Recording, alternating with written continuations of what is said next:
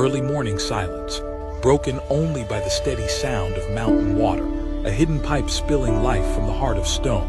I stopped the Jeep on a quiet mountain road, beneath an old tree standing like a guardian of stillness.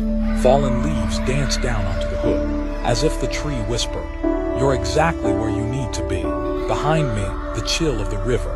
Before me, the endless folds of green. Above me, a sky still waking up. And within me, a peace that needed no words. These aren't just the roads I travel.